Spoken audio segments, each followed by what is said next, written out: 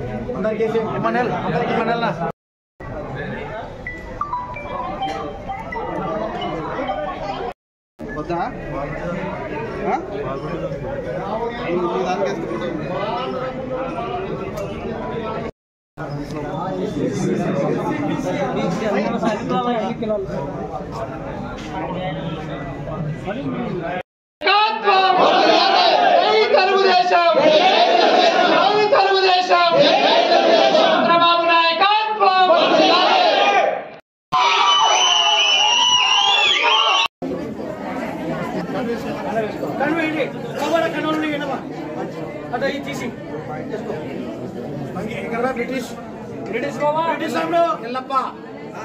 नायडू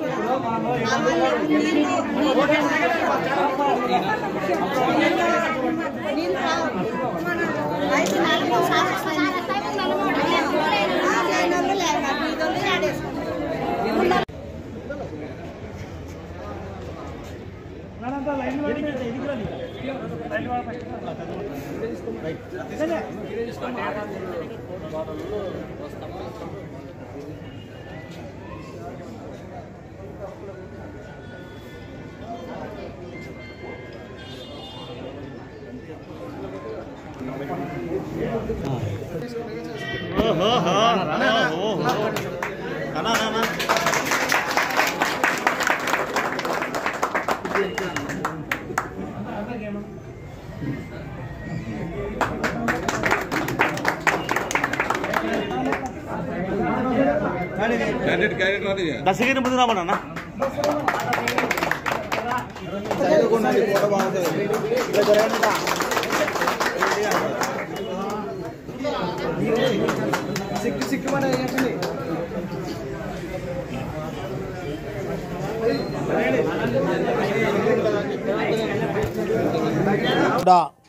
ఈరోజు కోడుమూరు నియోజకవర్గంలో తెలుగుదేశం పార్టీల గ్రూపులు ఉన్నాయని చెప్పి వైసీపీ వాళ్ళు అల్లకల్లోలం సృష్టించాలని ప్రయత్నం చేస్తున్నారు. ఎందుకంటే ఈరోజు వైసీపీ ప్రభుత్వం ఎంతో నమ్మకంతో ఓట్లు వేసి గెలిపించినటువంటి ప్రజలను జగన్మోహన్ రెడ్డి గారు మాయమాటలు చెప్పి ఏ ఒక్కరికి కూడా ఆయన ముఖాన్ని చూపించడానికి కానీ అపాయింట్లు ఇవ్వకుండా ఏ ఒక్క సమస్యను పరిష్కారం చేయకుండా సమస్యను పరిష్కారం చేసినట్లు సాక్షి పేపర్లో సాక్షి టీవీలో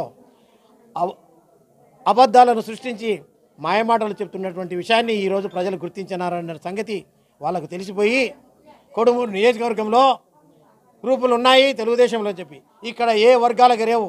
ఇక్కడ ఉన్నటువంటి తెలుగుదేశం చంద్రబాబు నాయుడు వర్గం తప్ప ఇంకొక వర్గానికి అవకాశం ఇవ్వమనేది కూడా వైసీపీ వాళ్ళు బుద్ధి తెచ్చుకొని ఇక్కడ ఏ మాత్రం గ్రూప్ తగాదాలు లేకుండా ఈరోజు తెలుగుదేశం పార్టీకి మద్దతు ఇవ్వడానికి వైసీపీ నుంచి కూడా విసిగి వేసారినటువంటి వాళ్ళు చాలామంది కార్యకర్తలు ఈరోజు మొట్టమొదట పార్టీలో దస్తగిరి అభ్యర్థిత్వాన్ని చంద్రబాబు నాయుడు గారు ప్రకటించిన తర్వాత ఎంతోమంది కార్యకర్తలు కూడా చేరడం జరిగింది.